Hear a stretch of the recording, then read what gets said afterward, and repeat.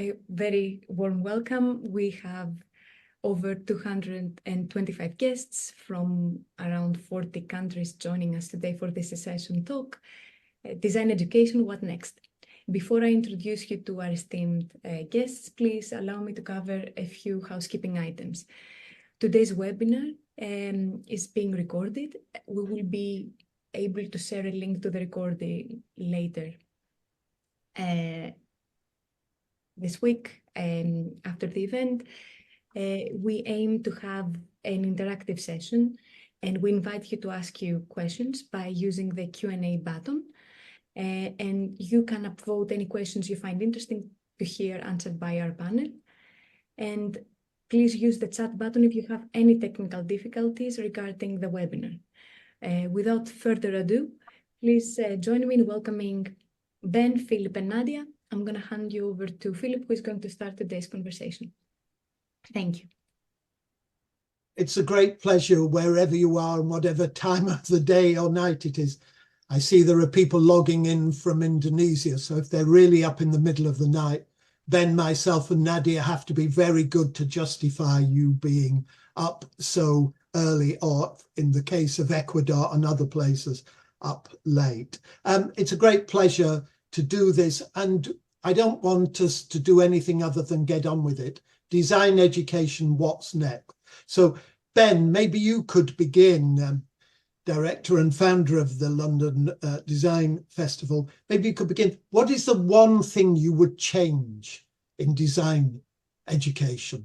Well, rather than change, one thing I'd focus on is a system that generates the best ideas on the basis that a good idea is everything. You know, the solution to problems big and small, the roots of a beautiful, successful design, which is enjoyable on every level. And indeed, I think the capacity to engage, to be noticed, to be distinctive. You know, I'm less interested in technical skills. I mean, I know it's all part of the story. I'm less interested in presentations.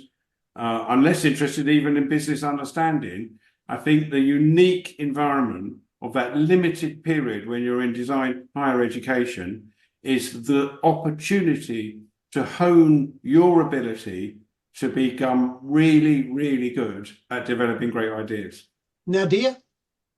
Yeah, I mean, obviously, I agree with what Ben says, but I think it struck me. We had one of our alumni who graduated 19 years ago and who runs a very successful material innovation company here last night, speaking to our students and startups about his journey since he left the college.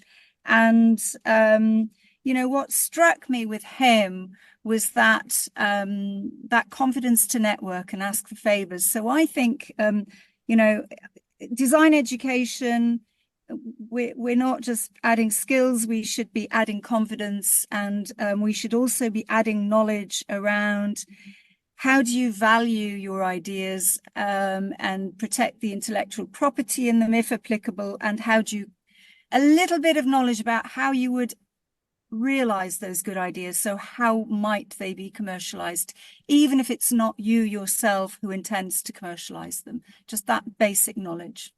Okay, my contribution to this is an anecdote. I was an advisor to one of the leaders of a design education in London, and he told me that he was running a global university, and I told him not to be silly, that it wasn't simply true, that actually you can't learn about Chinese aesthetics or Indian aesthetics or Middle Eastern aesthetics or Southeast Asian aesthetics. We had a global student population, but not a global education. And my view is the big test for the 21st century is how do we get a global education where the stress is as much on the global as on the education, and not what I would call a Western centric or Northern American and Western European. So those are three things. Let's begin, if we may, by picking up in a sense what Ben and Nadia have said.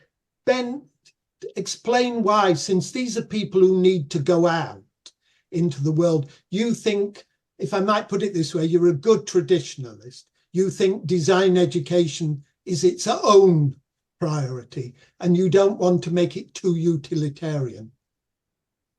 Well, I'm not sure I'd take quite that view. I just think that we, having been through the system myself, they are golden years, and your time and experience, and I was a student at the RCA myself, is very limited. And indeed, since then, it was a 2-year course when I was there, by the way. It's now, and I understand all the reasons why this change has happened, but it's now a 1-year course. And that moment in life when you can be genuinely experimental and exploratory and work in an environment of other people trying to do the same thing with a wide range of inputs, because there's always excellent staff around and external people coming and providing inputs, is a unique experience. And I think across higher education, design education is special. And, I don't think you can find many other degree subjects that offer that very, very brief kind of opportunity. A couple more points on that. I think also that the colleges themselves should be providing those services. And, I know about all of the comments from design consultancies and brands who hire design graduates, but they've got the rest of their life to learn those skills. And rarely do you find yourself in an environment where you can genuinely experiment and think and learn. Nadia? Yeah, I think you've got a point. I think one of the things that I know happens on a lot of the courses at the RCA is that we try not to constrain people's thinking. They are here to have ideas, and they're encouraged to have ideas. And to some extent, the courses are trying to avoid constraining people's ideas by imposing, for example, the real world and how would this be implemented.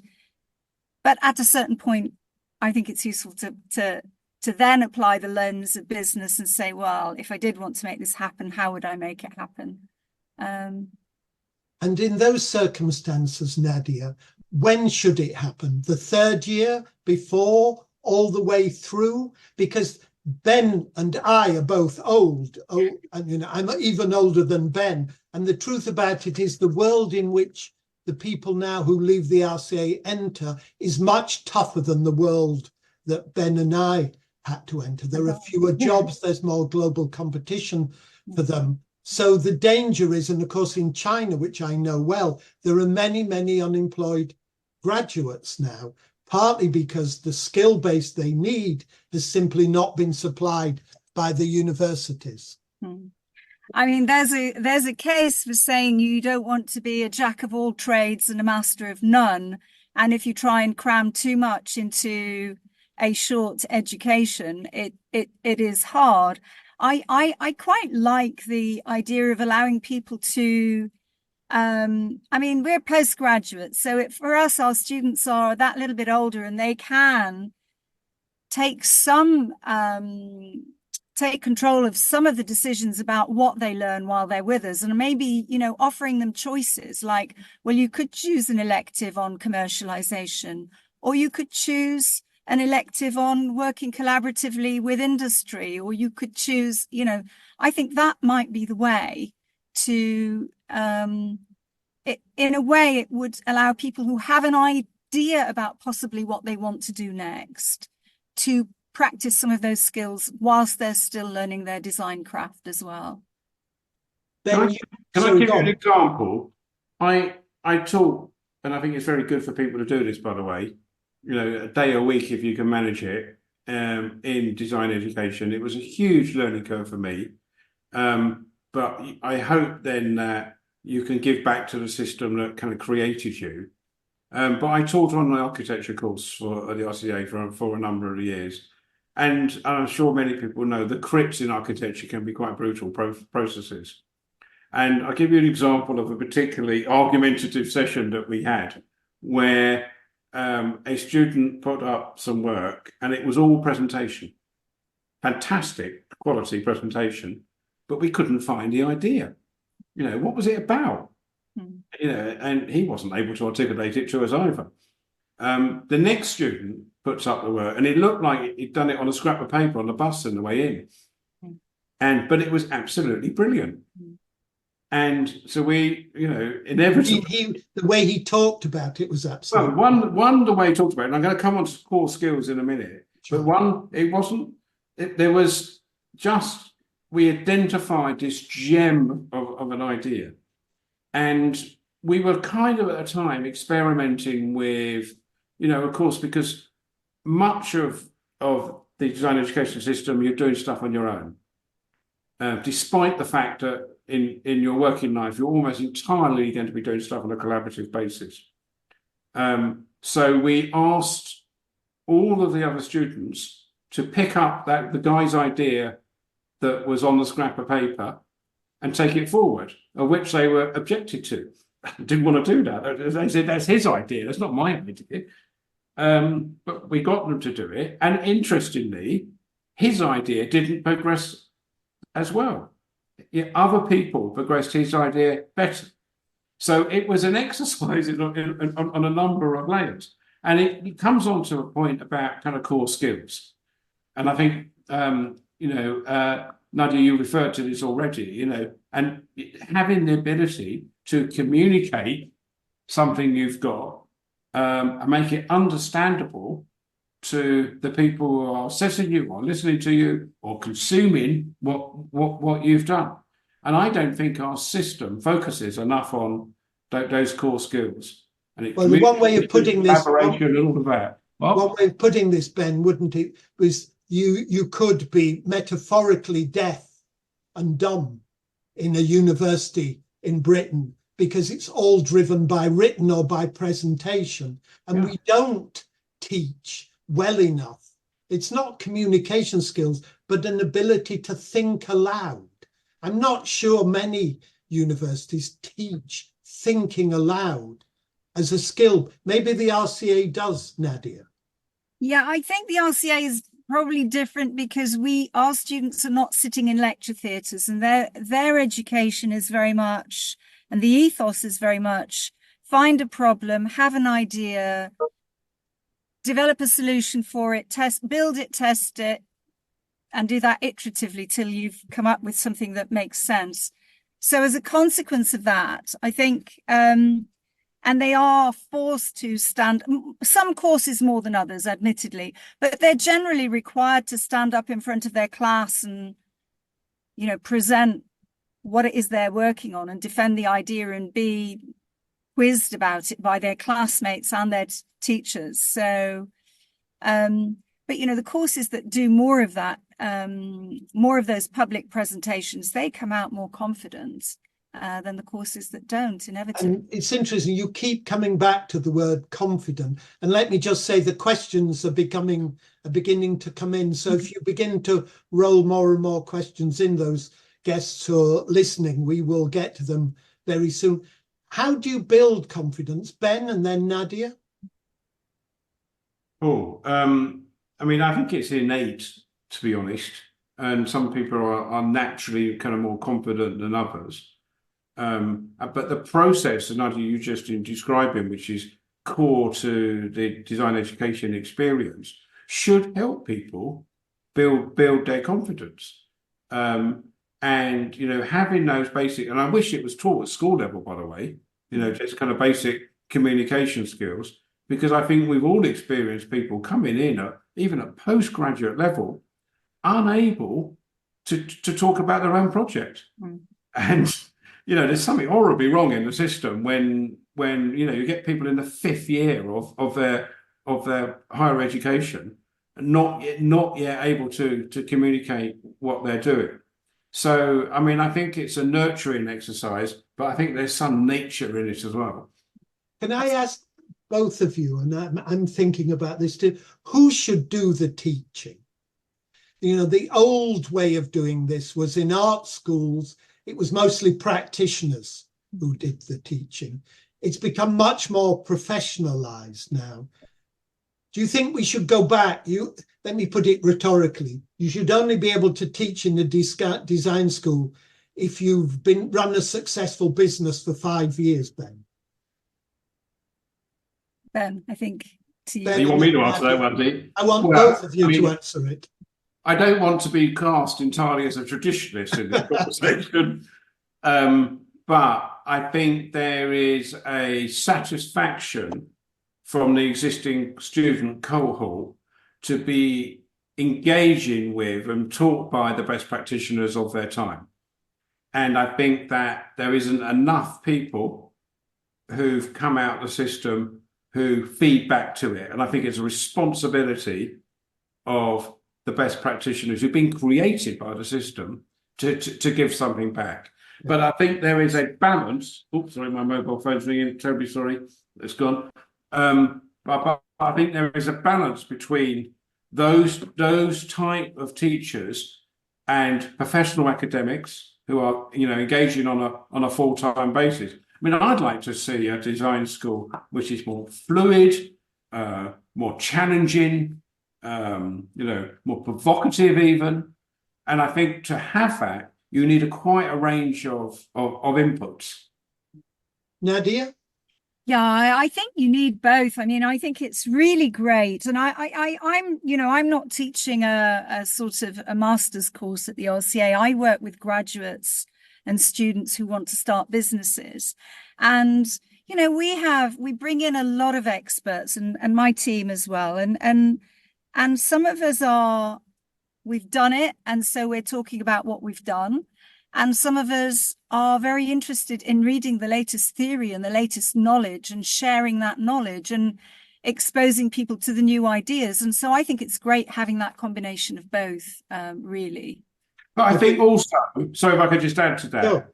is having inputs from perhaps unlikely and unsuspected kind of sources and backgrounds. So, for example, if you want to be exploring colour, get a horticulturist in. Whose colour is determined through nature and through seasonality. I think that's a very interesting way to look at the issue of colour, for example. Okay. Let's sorry, go on. I was just going to say that whole cross-disciplinary thing is really interesting. And I think that's probably, for me, one of the most exciting things. And I think for most designers that I meet is they really are genuinely interested in biology or physics or so many different disciplines. And when they are, it seems to me that's when the magic happens. That's when the real magic happens. Because one of the teachers we might imagine in 10 years' time is AI. So we should move to that simply because it's hard to read anything at the moment where AI is either the solution to our problems or, as it were, the beginning of the end. Ben, what's your sense of the role of AI in terms of design education? I was speaking to a founder of a design company recently who said the whole of the design community is agitated by AI. Well, I think it's a bit generational, actually. I mean, I think you've got, the current generations of students who are embracing it much more openly and see it as a tool. And in fact, I see it as a tool. And I think there's a bit of kind of Luddite attitude and thinking, this new technology, which is transformative, is coming in, we like it or not. And I think it's particularly interesting in the creative world.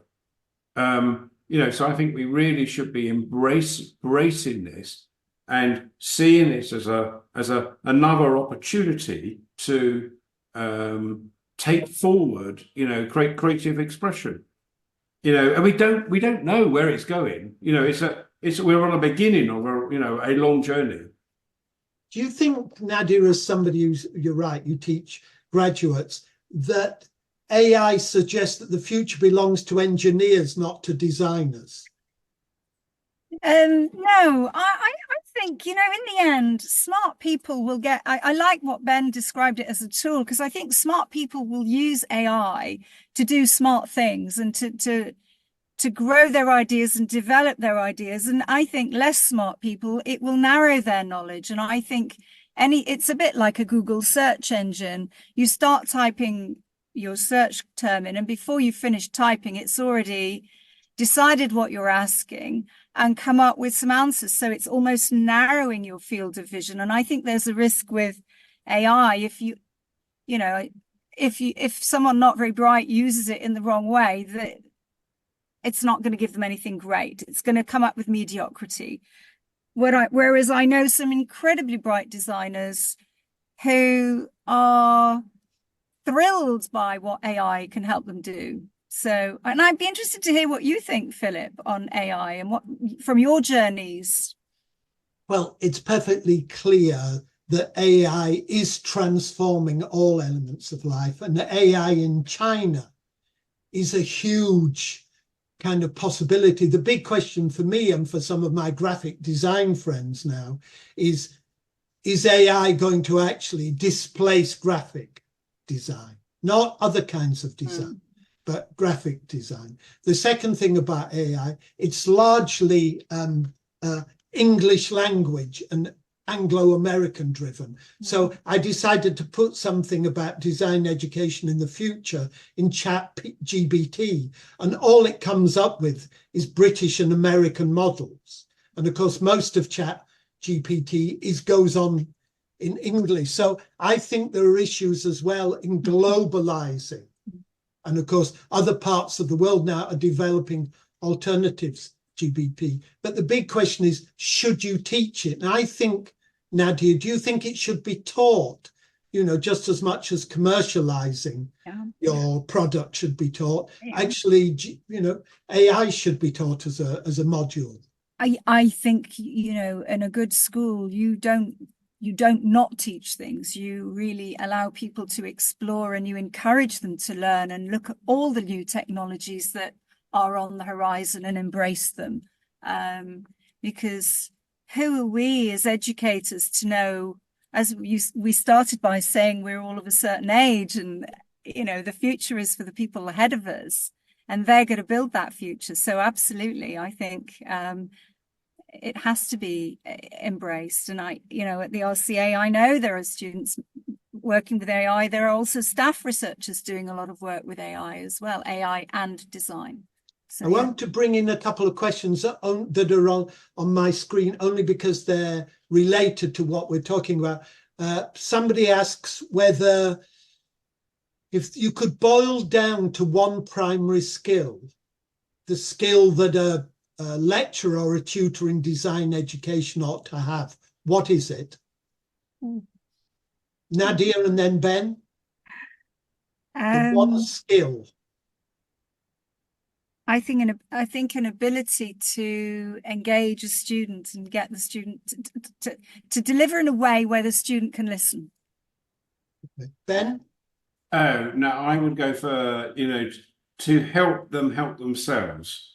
It's a nurturing process. It's the old line that the students learn more from each other than they do from any member of staff. And I think that fertility and that kind of crossover that's going on across the kind of peer group, is can be kind of stimulated and encouraged by the teacher. And I suppose mine would be to teach the value of failure. Okay. Yeah, absolutely. There's a great line by Wittgenstein, the Viennese philosopher, who somewhere says, nobody did anything great who didn't do something ridiculous. And actually, you've got to encourage students to do things that are ridiculous, because if you don't, they're not going to do anything. They're not going to do anything great. Second question in relationship to this, do you think there's room for students to teach peers and adopt a lateral learning model, Ben? Because that picks up what you're saying about students learning more from each other than from the academics. I think they do anyway. I mean, I don't think we need to formalize that as a structure, but I think what you find, and I remember when we were putting together, that particular cohort of students, we were looking for obviously individuals, but we were looking for a whole as well. And, we were thinking about the dynamic between the different students who would be joining that group. And, inevitably within those groups, you get people who contribute in different ways. So I think, that's there in the system. And again, it's perhaps the responsibility of the staff to try and kind of massage that out. Nadia? Yeah, no, I have to agree with Ben. I mean, I think in the end, the students are bright people and they will select from all the information that's delivered to them from all the sources around them, whether it's their, professors or whether it's their classmates, and they will hopefully pick the ideas that they think make sense to them and run with those. There's a lovely question here about the future. Since none of us know what it will be, we should speculate. Somebody asks us, at the moment, tutors, lecturers in art schools are 100% human. In 20 years' time, how will AI have shifted that statistic? Ben, you're just off a plane from Saudi Arabia, so you're slightly woozy, so you can certainly pluck an answer out of the air. Well, I think there's a kind of inevitability. I mean, I think one of the key dynamics of our age is actually this fertile relationship between design and technology. And I think that we're in the kind of early stages of that kind of evolution and journey. I see designers as problem solvers of the 21st century, and they're the lens by which through technologies can be understood and humanized and engaged. So I see that as a very, very kind of active dynamic that will go off in all sorts of directions as we go forward. Okay. Nadia, somebody asks, or somebody rather says, IA can't help with the future. It's a tool that can support, great for predictive and analytics, etc. On the other hand, the moment broadcasting came in, whatever was broadcast changed the relationship between sight and sound, between place and image. So AI is more than a tool. I know you and Ben have both used the tool, but it just changed things, whatever we do with it, doesn't it? Yeah, yes. You can disagree with me. Yeah, no, I mean, it has huge power, and we see, I think where I suppose where I'm slightly disappointed in AI is in where it's used, because obviously, if we can screen millions of compounds faster to develop better medicines and personalized medicines, that's amazing, and if we can solve big problems like that, that's fantastic. But if we're using it to produce a painting because we've run out of ideas of how to make a painting, that's so disappointing. Then it is a tool, and a bad tool at that. Let's move, if we can now. I mean, there's still questions coming in, so and one of them's very much addressed to me, so I will take it later. We've spoken about AI, we've spoken about kind of globalization. That most fashionable of term, but most important of term, sustainability. Now, the question of how you teach sustainability, and sustainability is a term, as both of you know, and many of our listeners will know, or viewers will know, is now being displaced by regenerative design, because sustain just means things are going to get no worse. Regenerative. Now, do you think this can be taught, or if this can be taught, is there danger it gets to be what I might call groupthink, where everybody keeps chanting sustainable without there being a real challenge about what it might mean, Ben? Well, I mean, I think, in my festival example, we do, for those who know it, we do some kind of major public commissions each year. And it wasn't that long ago where, some of them had a sustainable kind of backstory to them. We very quickly, in less than a 5-year period, went where all of them had to be kind of universally box tick sustainable. Sure. However, I think that reflects the times, because I think within the design community, and I think also within the educational system, there is a kind of realization that we need to kind of continue probing and understanding sustainability. So, for example, there's huge amount of quality work about materiality, and we're continuing to play with, explore, expand, and understand, the materials that are available to us. There is a growing campaign around circularity, and I think that all graduating design students should abide by core principles of circularity. There is, Forgive me, but Ben, but abide is a religious term. I suppose that's what I'm asking you, the degree to which everyone needs to sign up to this. And of course, it means various things, as you yourself know. Yeah, I mean, I briefly hesitated, but I would say yes, they do. It is a responsibility of any graduating designer to, take forward, their work under a strong sustainability banner. Nadia? Yeah, it's hard. We get students applying to Innovation RCA, which is the sort of entrepreneurship hub of the college, and they apply with ideas that they want to bring to market. And, we'll accept any ideas. We have to believe that they're, going to do something interesting. But when you get something that is just gratuitously consumptive, it's very hard to get excited about wanting to invest in it and back it. So I think, and my impression is with most younger people who are students today, they're more passionate about sustainability and regenerative design and circularity and cradle to cradle than we are in a way. So I don't think we have to push hard. We're pushing against an open door, really. I agree with that. And but I think if I could use the, architecture construction industry as an example, there was a famous report that came out about 5 years ago about concrete.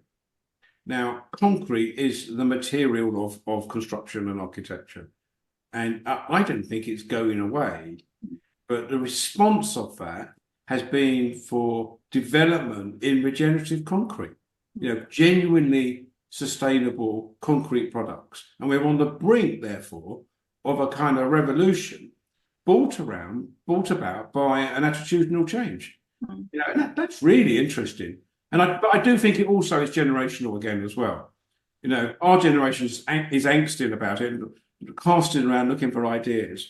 But I think the current student generation is completely on board with all of this. But of course, they're going to go out into a world where there's a lot of greenwashing going on. In other words, not sustainability in a circular economy way or regenerative belief about how we should relate to nature, but either as a marketing branding strategy. How do you, Nadia, how do you help students navigate what one might call the ideals that the college will encourage them towards and the hard-nosed world that will sometimes meet them when they leave the college? Do you know, I learn more from our students about the problem of greenwashing and dodgy carbon credits.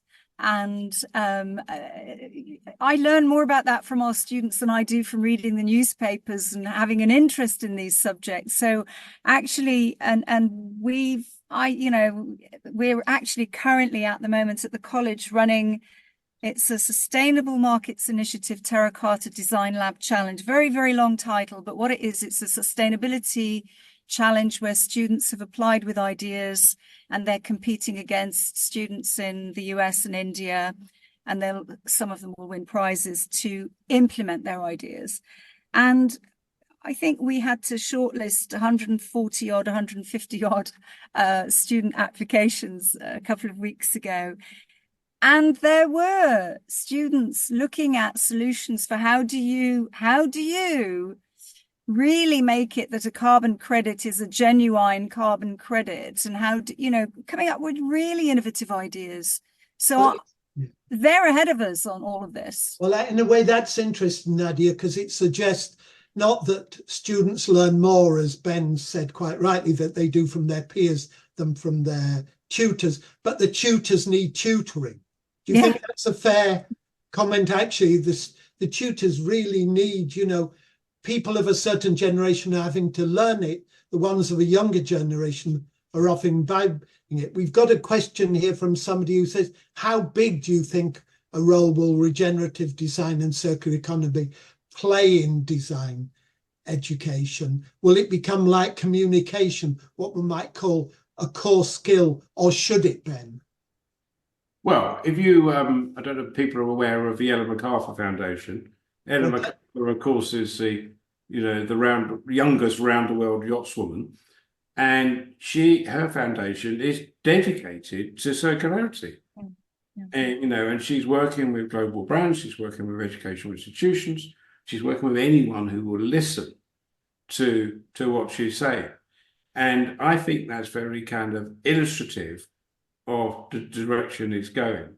Global brands. We've done some work with an organization called SAP. SAP are the world's biggest system software designers.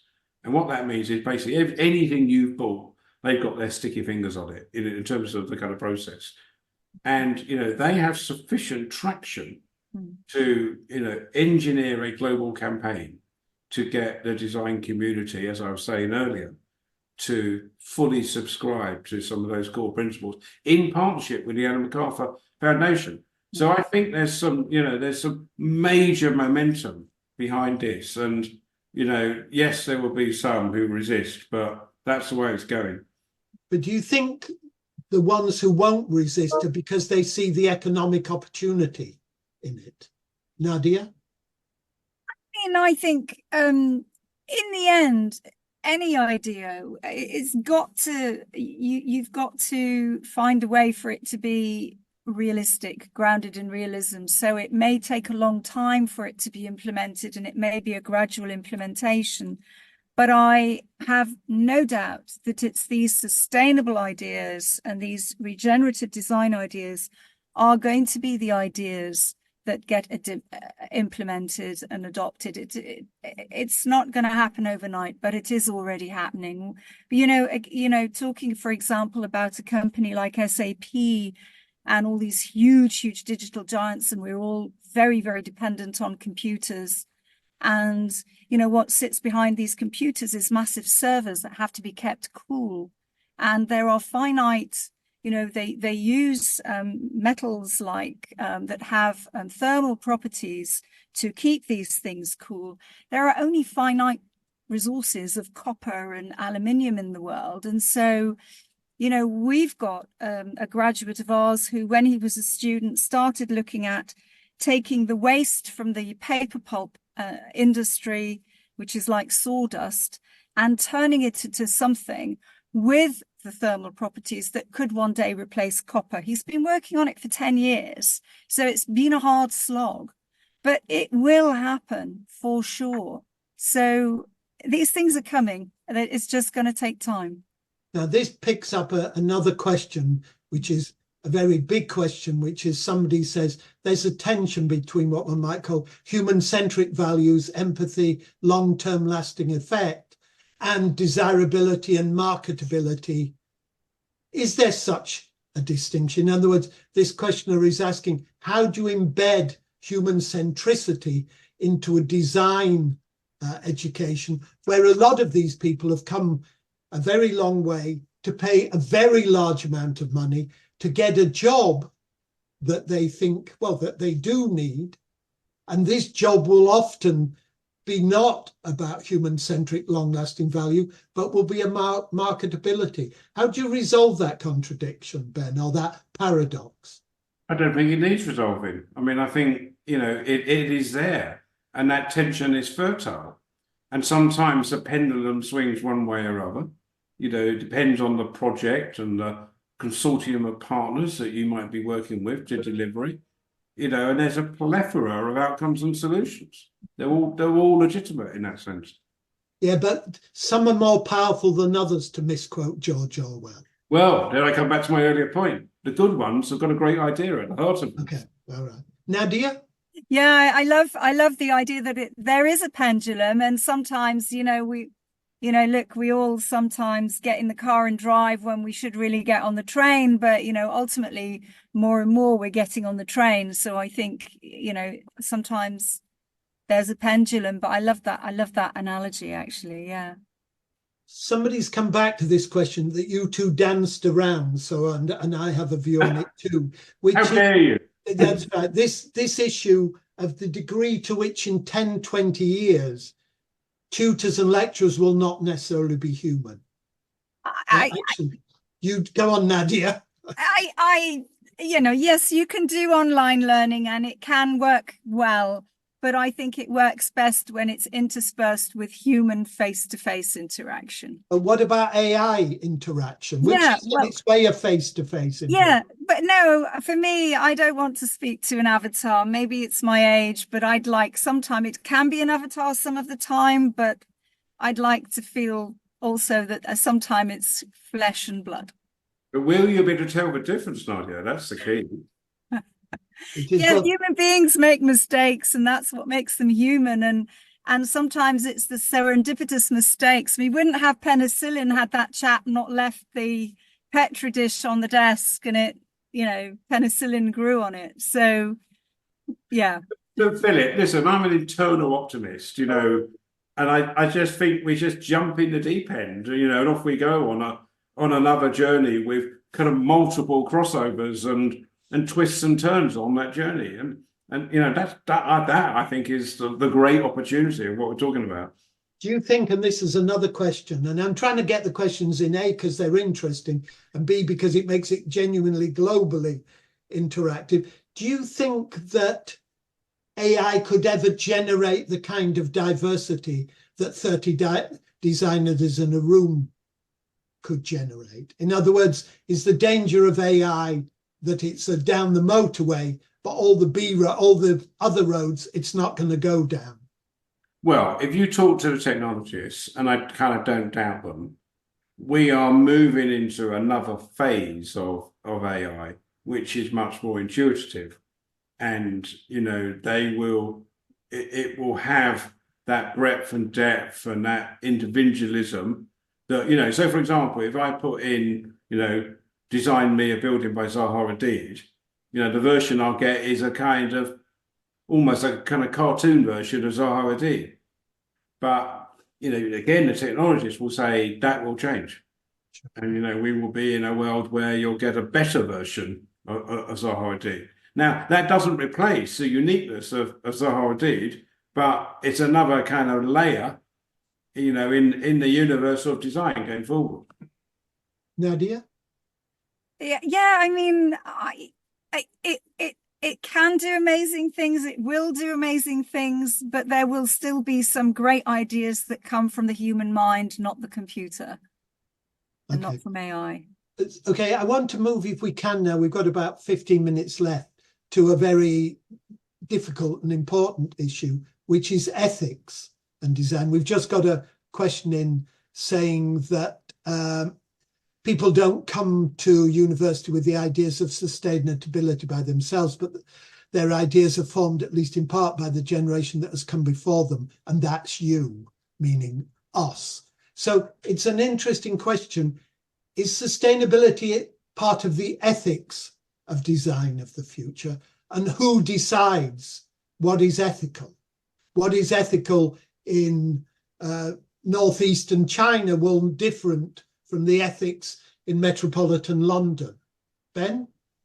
Well, I mean, I come back, perhaps we could just look at it in a slightly different way, which is a kind of globalization and cross-disciplinary nature of design today. Certainly in my time in being involved in design education, that has been a kind of quantum shift. When I went to the RCA, there were 600 students there, and the vast majority of them were British. The institution is completely transformed in that sense. I often get asked by journalists, what is British design today? And the answer to it is shaped by the multitude of inputs that come to it from all over the world. I mean, we're blessed by living in an international design culture in London that is constantly reframing itself.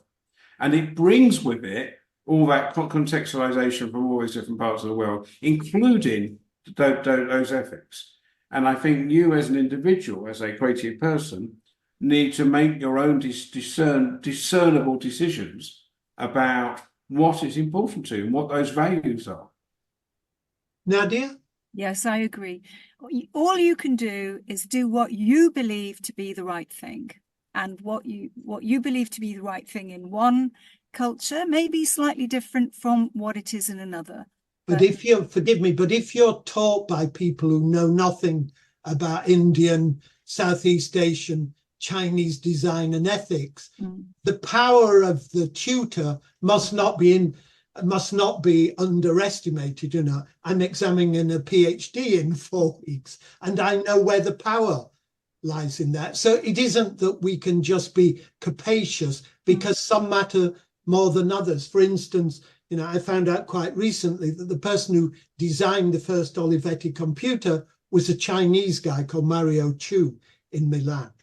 Those kinds of people are written out of the story. I got a good question very early on that asked me, since I lived in Europe, why shouldn't we teach European design? But that begs the question, what is European design? European design feeds back into the chinoiserie and Japanisme, feeds back into the late 18th century. And there's a huge amount of input of Asia into European culture. There's a new book out by Christopher Harding for those who want to read it, called The Light of Asia, which is its influence on Europe. So it's a complex issue, but I think you're being over rosy, Ben. I'm not sure other versions of ethics, other versions of aesthetics are as welcomed as one would hope they would be. Well, I accept the argument that we have kind of stereotypical views of other places and other ethical systems. And but I don't subscribe to the view that there is a European design model. You know, I think we've reached a stage in our global development where inputs are, you know, coming at us from everywhere. You know, picking up the point we said earlier, you know, it is up to us to make some decisions about what we take on board and what we don't. I mean, I think some of the best and most interesting kind of students today are very individually investigative. You know, they're out there digging and, you know, and finding stuff, regardless of what the teaching system that they have on their day. You know, they're bringing in their own values and perspectives from wherever they find them. Nadia? Yeah, I mean, I mean, you said it. I mean, you know, what we call good today is built on thousands of years of things moving around the world from one part of the world to the other. I think it's generally, if I look today, for example, at architecture, and I think if I go to the Middle East and I see a lot of glass, the same sort of glass and steel buildings that I'm seeing in London or I'm seeing in somewhere else in Europe, that's quite dull. And when it really works beautifully is when I'm seeing glass and steel, but influenced by Arabian heritage. And it's those courageous designers and those courageous architects or builders that do those projects that inspire us all to be better. So, well, I was, as you said at the beginning, I was in Riyadh yesterday, a place I'd never been to before. So it was fascinating to go to somewhere. But can you, you know, hand on heart, you know, distinguish what Riyadh is as a place, you know, through its architecture and its design, which is the way we define most places. You know, our images of Paris and London and all of the great global cities are known through those places, those monuments, those architecture, those, you know, those amenities that they offer. You know, and I think you've got other places in the world which have yet to find those, and I put Riyadh in that category. So encouraging them, drawing from their own value systems and you know, and history and culture to become more distinctive.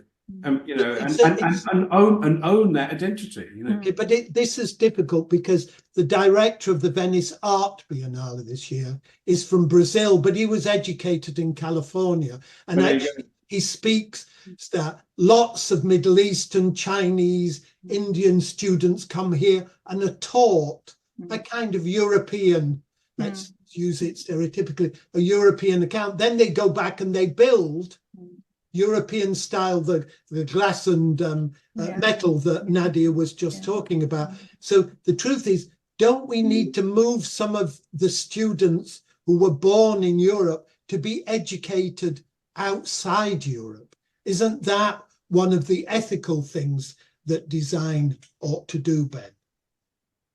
Oh, blimey, well, that's quite a big question. I'm not quite sure how practically you can do that. But I totally subscribe to the view that we should encourage people to be as open as possible to understanding perspective and value systems from other places in the world. And, you know, it's just, there's so much out there, you know, and it's kind of impossible in a way to kind of answer your question, because you know, there's a big wide world out there, and you know, I've been traveling all my life, and I'm still only on 70 countries, whatever it is that I visited, and my hunger to go and experience and learn from new places, you know, and I went to a new country in the last few days, you know, you come back stimulated from it.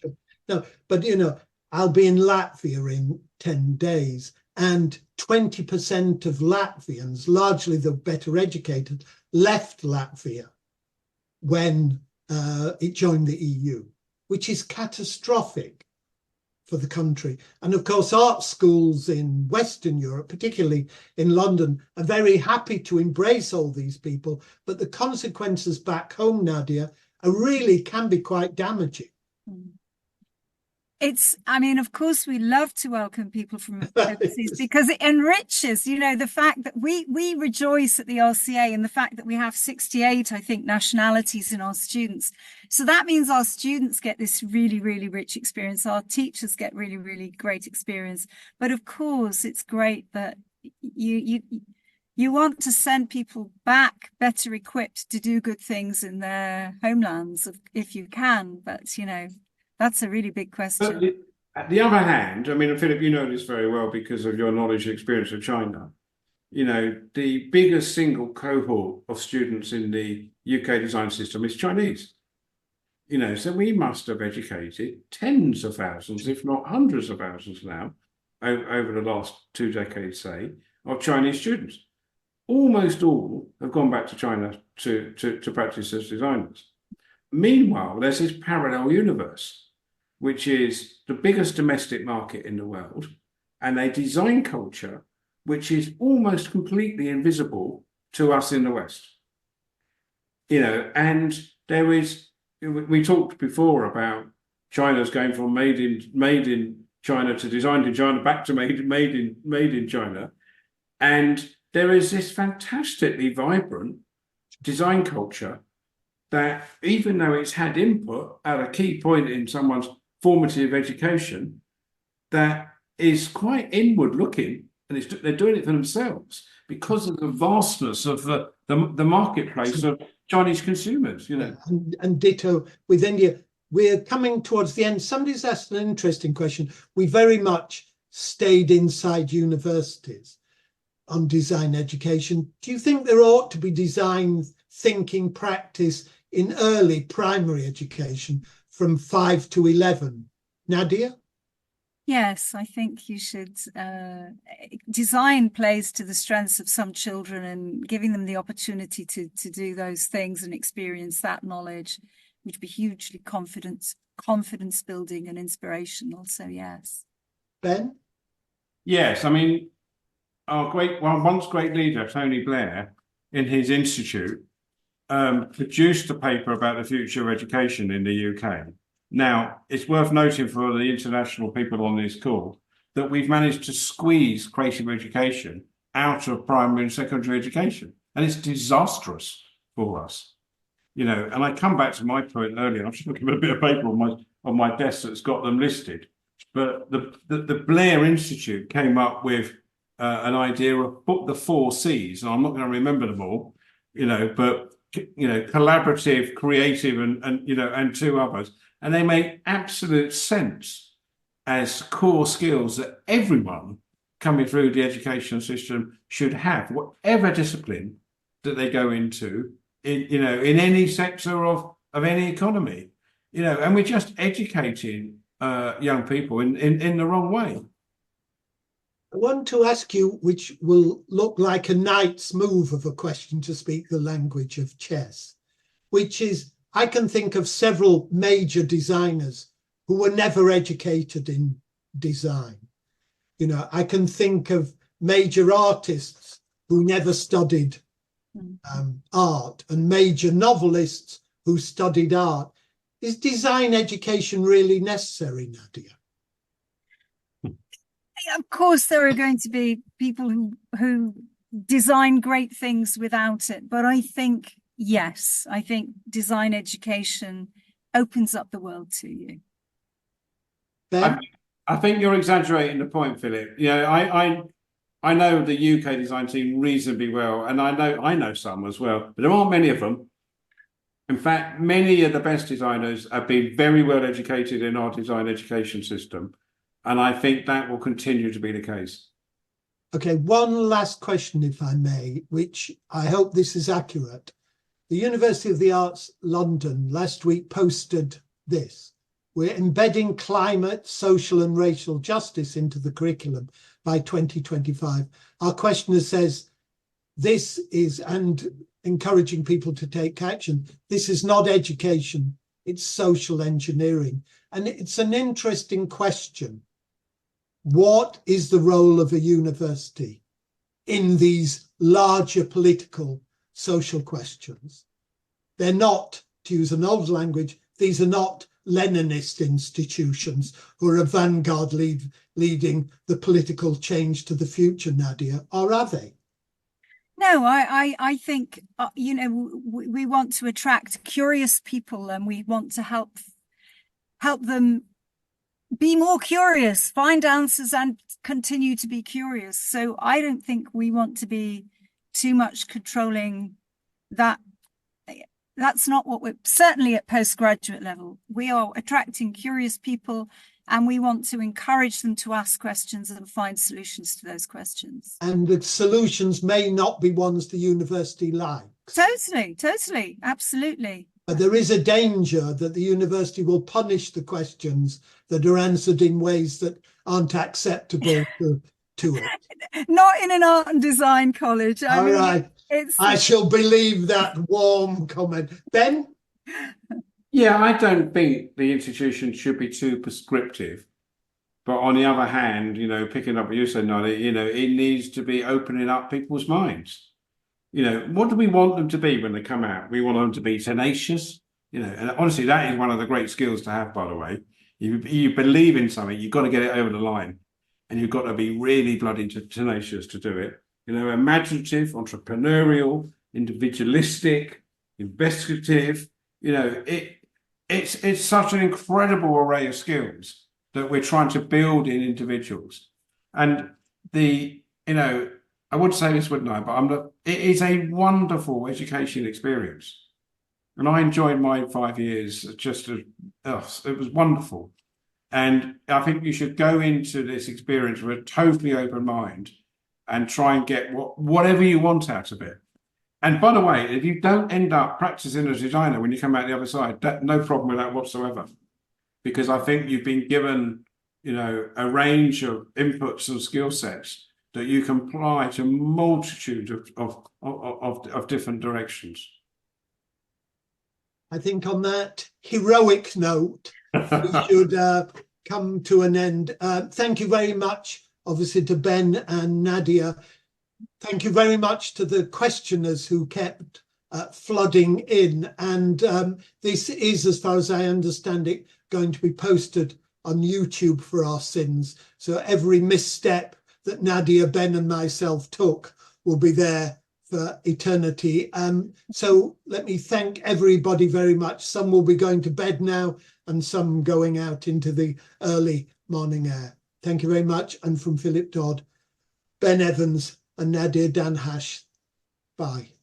Thank you. Bye. Thank you, everybody. Thank you, Philip, Ben, and Nadia, for this wonderful and inspiring conversation. And I would like to thank our audience for being with us as well. And we will share, as Philip mentioned, we will share a link to the recording, and it will be posted on YouTube. I have to mention that Philip and Nadia will be convening an executive education masterclass in September. Please feel free to join, Building a Globally Successful Creative Business. And please join us for more in-session talks. We have another one coming up on the 6th of June, Design for Global Healthcare. Thank you, everyone, for your time. Have a wonderful rest of your day. Goodbye.